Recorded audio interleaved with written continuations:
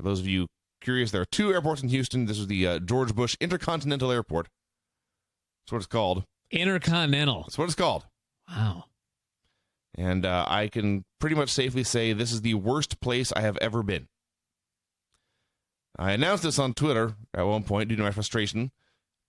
And everyone who had been there pretty much replied, yep, sounds about right. So here's the deal. We had to do 2 things at this airport, and none of them were actually catch a plane or go through security or any of that. We had to exchange rental cars, drop off the one I had rented that day, and pick up the one I had reserved for the trip. And, of course, we had to get our bags. Now, because Alaska only has one... Actually, I'm getting ahead of myself. The rental car thing was relatively easy. I had the drop-off for the rental car is complicated as hell, and National and Alamo use the same... I guess they're working together, and you drive around the parking lot. I think I literally did 2 full laps around the parking lot trying to find the place to drop this car off, because a lot of signs saying, Alamo drop-off this way. So you drive around the corner, it says, Alamo drop-off this way. You drive around the corner, and there's sign after sign, but then when you get to the actual entrance, there's not a sign. Eventually, I found it, dropped my car off, went inside to take care of paperwork. That's right. That took about a half hour because I had to try to find the... They had the reservation. They had all my personal info, but they did not have my flight info for my return flight home. And for some reason, they cannot give me a car without that. And this resulted in digging through email and changing passwords and a bunch of other garbage. Oh. And I couldn't do this on my computer because they did not have Wi-Fi in 2014 at an airport. That's finally done. Forgot about that part. So I get in my car. Now we go to get our bags. Alaska only has the one flight. So after like 5 o'clock, whatever it is, Houston time that it lands, they go home. And the airport doesn't have like one central baggage location. This has happened to me before. Your bag gets separated. And what they do is they just take all the bags and stick them in a little side room. And there's somebody who works at the airport who's in charge of this. Houston doesn't have that. So the Alaska people had taken our bags and given it to the Air Canada people and said, watch this, somebody's going to come get it tonight. So I dropped Bridget off at the terminal. You know what? I'm getting ahead of myself again. Oh, my God, Vinny. I must go on. This is more important than WrestleMania. There's 5 terminals at this airport, A, B, C, D, and E, and if you're just driving around, there's no clue what is at these terminals. So we had to go like 2 or 3 of them before we found the right one. So I drop her off, and then the Air Canada people said, we have to go out on the tarmac for something. So I'm sitting in the cell phone lot. She's sitting at the counter, and we're all just sitting there. Finally, they get back. I go to pick up to get our bags. Everything in this airport is miles and miles and miles apart, and none of it makes any sense, and no one knows where you're going. And as such, everyone there is just as pissed off as you. So everyone's cutting you off. Everyone's tailgating you. Everyone's trying to zip around you. Imagine being in a crowded shopping mall where every single person there is running as fast as they possibly can. That's what it's like driving at the Houston airport. So I finally got my new car. I finally got our bags. Got in the car and hit the road. 2 hours! A long and horrible 2 hours. And honestly, it was the only bad part of the trip. From there, we just drove on to New Orleans and got there at 5 a.m. and slept. That's my first horrible encounter at the Houston airport. There's more? There is more. Maybe we'll save the other one for next year. How about that? We'll see how it goes. The only terrible thing I got to say about this trip, the only bad thing, is that I'll never, ever, ever go to the Superdome again.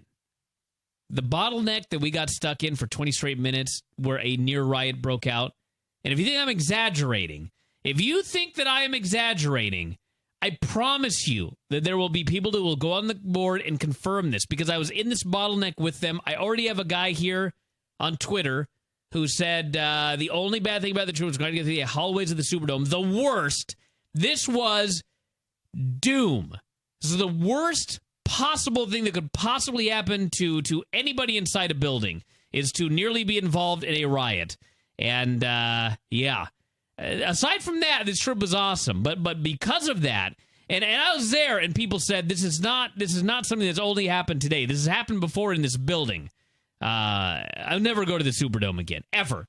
Now, granted, there are people that wish that WWE would go back to New Orleans every single year for WrestleMania because everybody had so much fun in New Orleans.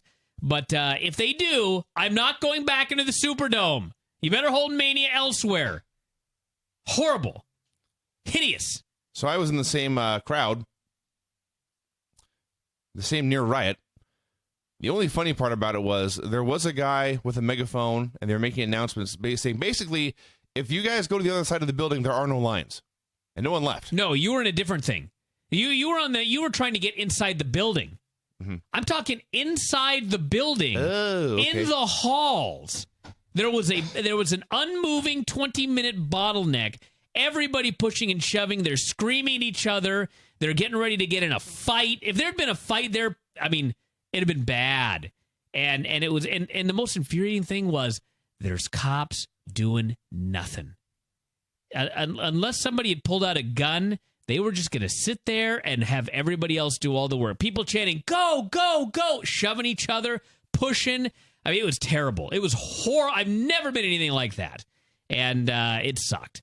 But yeah, the bottleneck I didn't get in. We got there early. And when I finally got to my seats, the show was starting. It took me over 90 minutes to get from outside to my seat. No stops. Superdome sucks. That does suck. Yeah, we had a bottleneck outside the building.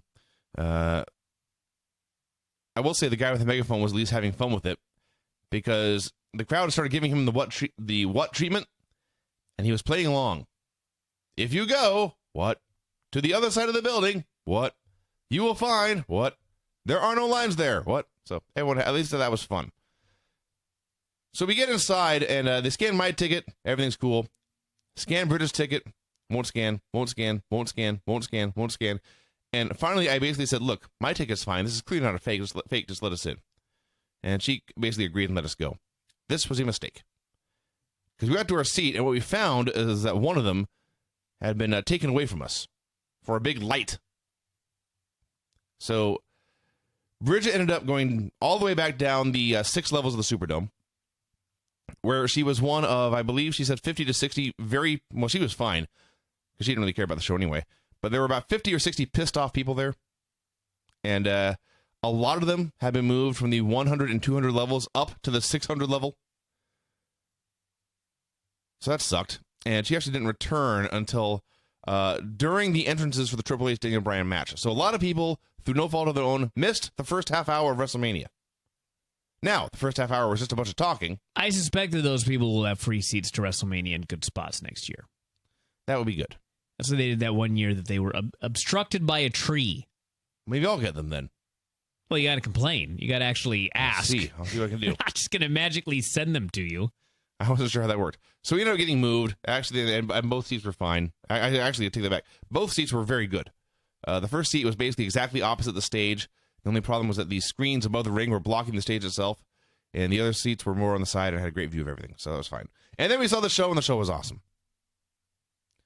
Hell of a review. All right, where are we here? Are we up to Mania already? I just want to hear your review of Mania since you're already here. All right. Mania was a hell of a show. You could argue which was the... I'll just go over the... I, of course, do not have notes since I was there, and I was trying to tweet out, but I was not getting much of a signal. I tried to tweet out how great the Battle Royal was. I had a great signal the whole time. You just should have gone to their Wi-Fi. It was free Wi-Fi. I see. And it was great.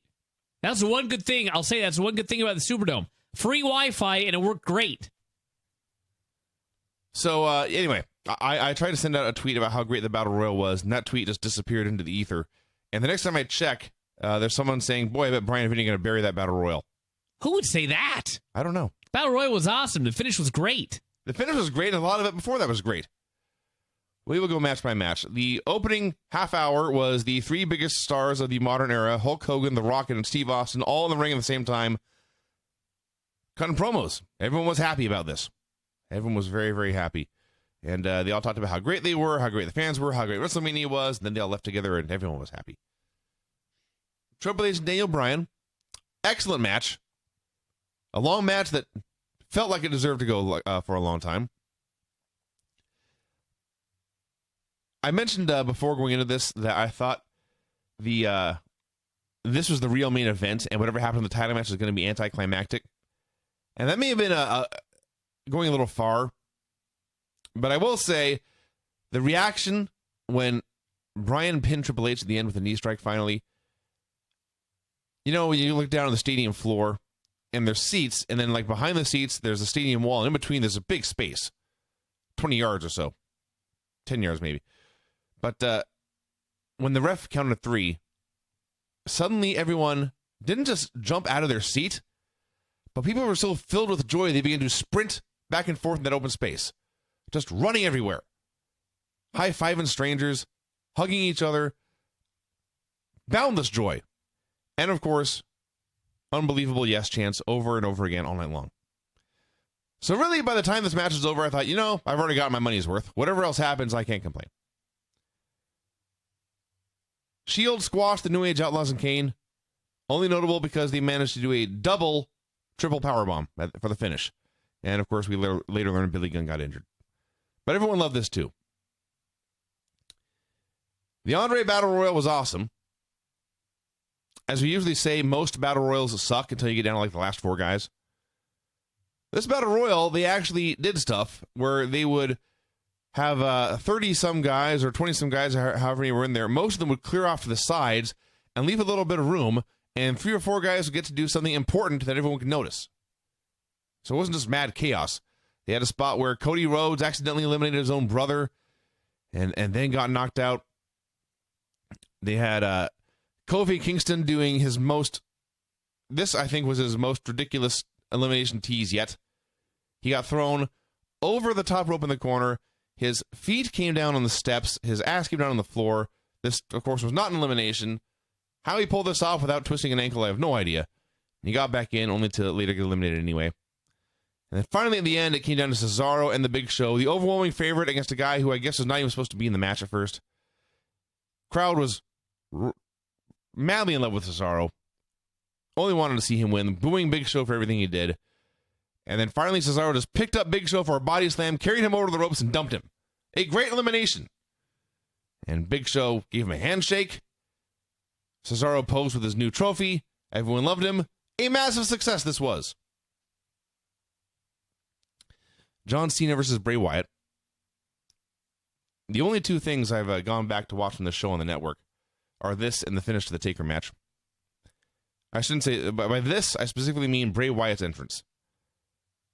I was not at the WrestleMania when Triple H faced Undertaker, and he had the Metallica music, and there was all the guys with the shields, and then Hunter came up in the silver armor under the bright spotlight.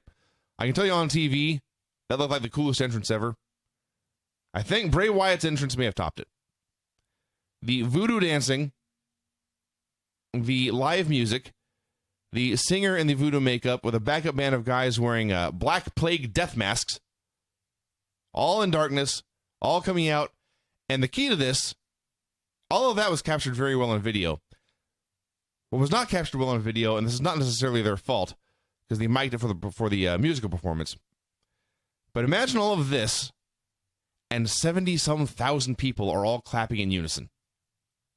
This was so creepy, and so awesome, and so incredible, and so amazing. Maybe the coolest thing I've ever seen live at a wrestling show. This was great. Match itself, excuse me. I am going to have to go back and watch this at some point, because what I tweeted out was that it was a slow and went too long, and I got about a ton of feedback, and 90% of it was passionately disagreeing with me. 10% passionately agreed with me. But the only note I will share here was that Brutal Bob just told me, learn how to work. He was not happy with me for that opinion. It did tell a good story. As I said, the story was that Bray's goal was to turn John Cena heel by giving him many chances and many reasons to resort to extreme violence. Cena always turned them down. He would not hit Bray when he was down. He would not smash Bray with steps. He would not smash Bray with a chair. And Bray was getting more and more frustrated. And then finally, at the end, Cena just pinned him anyway. Which I thought kind of threw the whole thing away, but whatever. So they will keep feuding. I would think with the theme of the show, up and down the card, really, was that the younger guy beats the older guy. I think this was the one exception. And, well, I guess they just wanted Cena to win, to send the kids home happy. I'm talking for a long time uninterrupted. Yeah? Yeah. I've reviewed the show 9 times. I know you have. All right. Brock Lesnar versus The Undertaker. This was also long and slow. And by the standards of Undertaker WrestleMania matches lately, not particularly good. And well, I said earlier today, I will jump in. all right, To be fair, the guy suffered a concussion very early on. that is true. And I actually feel really bad for him because I don't know if the match would have been a classic had he not suffered the concussion. My guess is no. But I've seen plenty of guys that have suffered concussions early and just had horrendous matches. And I don't know what he had left in him, but he'd been wanting to do this for years. And this was his chance to do what probably was his retirement match. It's unconfirmed. But I did talk to people who, I mean, they think for sure this is his last match. Yeah. And to go out there and in your last match, you suffer a concussion and you end up having a really bad match and the streak gets ended, that's too bad. Yeah. So Taker got kicked out of 2 F5s, and then Brock hit a third one. And I thought, wow, Taker's going to kick out of 3 F5s? And then a funny thing happened. He didn't. Brock covered him. The ref counted 3, and the match ended. And this, JBL made the comparison on Raw. I can only imagine this was similar to Bruno Sammartino losing to Ivan Koloff. Just stunned silence throughout the arena. No one really cheered. No one really booed. They were just blown away and flabbergasted by this. And Brock came and left. And Taker did his best to milk his exit for a big reaction. Never really got one. I think mainly because the fans still could not believe what they saw. And in fact, the Undertaker chance did not start in earnest until well into the next match. So yeah, we saw history, everyone. The biggest win in a Mania. One of the biggest wins in Mania history. The ending of the streak when Brock Lesnar beat Undertaker. Girls came out. People chanted for Taker. Went on for a while. Literally all I remember about this is that AJ tapped out Naomi, I believe, with the Black Widow. And she mocked Vicky Guerrero. Was this Vicky's last show? I don't know. Dave said that at one point. I have heard that she is I was told she's done maybe this week, but I don't know. Yeah. I guess we'll see. That's a weird way to go out. I would figure they would do something for her. Yeah, there's zero payoff other than just staring a hole through her. By the way, I watched I was on the airplane today, and I honest to God, this is no exaggeration, and I'm positive that the number I'm giving is low. I met at least 250 to 300 wrestling fans or more since Thursday. I'm talking like talk to them for a period of time, not just like ran into a person with a shirt on. Absolute madness, the number of people that I ran into. Nothing like this ever. I mean, whenever I was in an area with wrestling fans, I mean, there was someone every 5 feet. I couldn't even believe it. But I was on the airplane today, and sure enough, someone came up. Oh, hey, blah blah blah, and then I find out everybody in my row and the row next to me had also been at WrestleMania, and everybody's talking about the show, and I went back and watched the Undertaker finish, and it was funny because of all the people that I talked to, and I talked to a lot of them about the Undertaker, because that's all anybody would ask when you saw him. Oh my God, what did you think of the Undertaker? And it appeared to me that we all had the exact same goddamn memory. And it was a memory that was not true.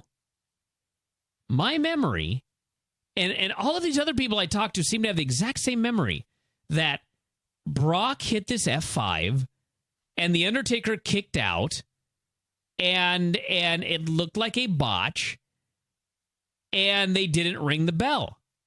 And like person after person had the same memory. I don't know what it was. I don't know why. But I went back and I watched the match, and Brock Lesnar hits an F5. He pins the Undertaker clean as a sheet. Michael Cole calls it as the finish. They ring the bell, and there is no doubt in anyone's mind what happened. That is so completely different from my memory and the memory of so many people that I talked to there. It was a strange, it's like the Thunderbird photo. We're all remembering the same thing that didn't happen. I don't know if there was like, we were all in an alternate universe at the time. I mean, did you have that? Did you hear the bell? Did you see a kick out? I don't remember hearing the bell. I definitely did not see a kick out. I was quite certain the ref had counted 3 and Brock Lesnar had won, which did make it did make me, I don't want to say laugh, but all the feedback afterwards was either A, something went wrong, or B, the much funnier theory, Brock shot on him with an F5, or C, the most reasonable of these, that perhaps Taker called an audible literally at the last minute. None of these happened. No. That's the only one that is, like I said, that's the most plausible one. But no, from where I was, I just Brock pinned him, and all I could do was go, huh. Here's Zach already on Twitter. Funny, I had the exact same memory until I went back and watched it. I guess we were all just hoping that it was a mistake. It may have been something where your mind refused to accept what it was seeing and created your own reality, so you could to keep your sanity. I mean, it's funny because everybody. I mean, I was standing there just looking around, and I talked to people. You know, I talked to people at the hotel. I talked to people at the plane. I talked to people here. I talked to people there. All saying the exact same thing. Man, I thought for sure it was a botch. And then you go back and watch it, and it's like, this was, I mean, if you watched it on television, there was absolutely no question what happened. None. Like, absolutely nothing. But man, at the time, it was like everyone thought the ref screwed up, or Undertaker forgot to kick out, or he kicked out too late, or something got fucked up. It's just crazy. The memory versus the reality is just like, it's crazy. And no, this is not an audible. He did not shoot on him. I know that there's like a 5-page thread on the board about when people knew. I'm telling you as a fact. Remember we were on the walking tour? Were you there when I got that text?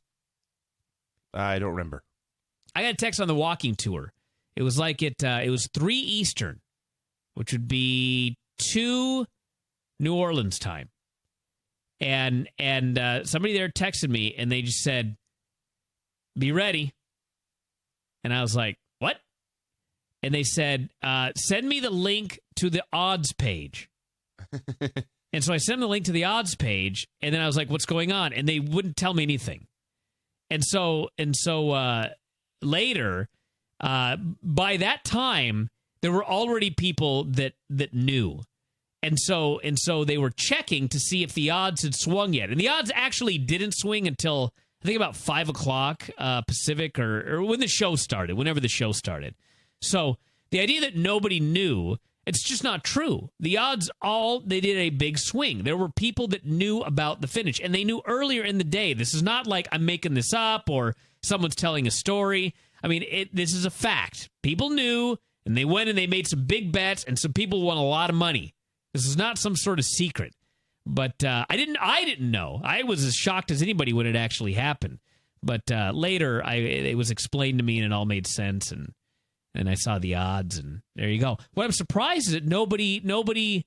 I mean, the odds, there was a big swing, but I didn't hear anything about it until after the thing happened. So it's a very interesting day. That was the biggest surprise in wrestling in a long ass time. I'm pretty sure that's legitimately the biggest upset in Mania history. Oh, for sure. Yeah. It was a newsworthy day. That is true.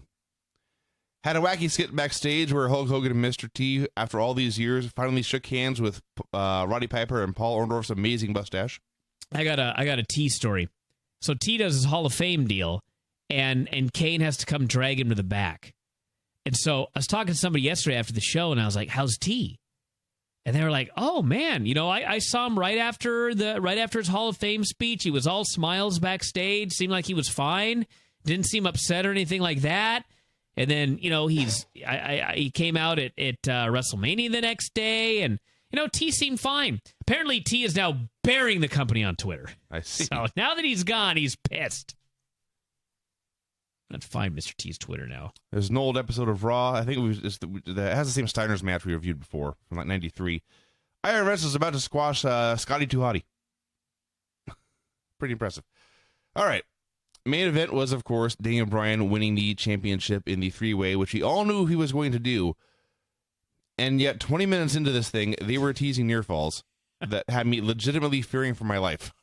In the Bryan match? Yes. Sorry, I was reading T here. The one, I believe, they tossed Bryan. It was the the ring. RKO. The RKO was one. There was one other that did one, but yes. But yes, Orton RKO'd Dave and made a cover.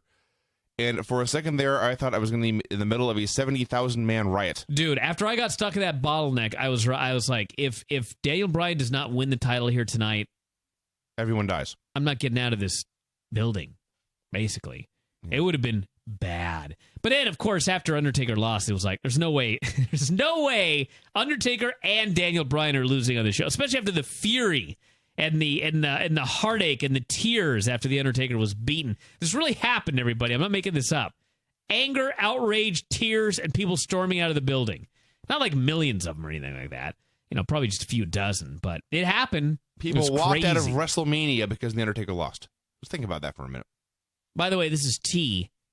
He's written about 9,000 tweets, but among them are, I am very disappointed and saddened that you could not hear the rest of my speech. I was told my speech went too long. Really? Seriously? And then he quotes Matthew. All the inductees were told the fans want to hear our stories, to take our time and enjoy the moment. But I was something. I don't even know here. I will post the remainder of my speech for you to read. And he was deeply moved by the outpouring of support you showed after my Hall of Fame speech was cut short. Wow. Poor T. Yeah. So, this match was also excellent. Bryan was selling his shoulder after Triple H had attacked him earlier in the show after their match. And the did not do a lot early on. Then they did a spot where they hit a powerbomb RKO combo through a table. Could not see this clearly from my seat up in the sky, but apparently Orton landed on a monitor and sliced his back open. Nearly killed himself, yes. They brought out the stretcher for Bryan, the back brace, the neck injury, the whole thing. As noted, Bridget is not a wrestling fan. She was there because I was. And she was actually very disappointed when we got to our seats. I bought our seats from our good friend Peppermint Fatty on the board. And he, I was under the impression that he had bought a larger group of them, and so we'd be sitting together. And then, of course, we got to our seats, and there was nobody there we knew. And then, of course, we got moved anyway, so it didn't matter. But so she was bummed that she would have to watch the show and not have the other girls there to talk to.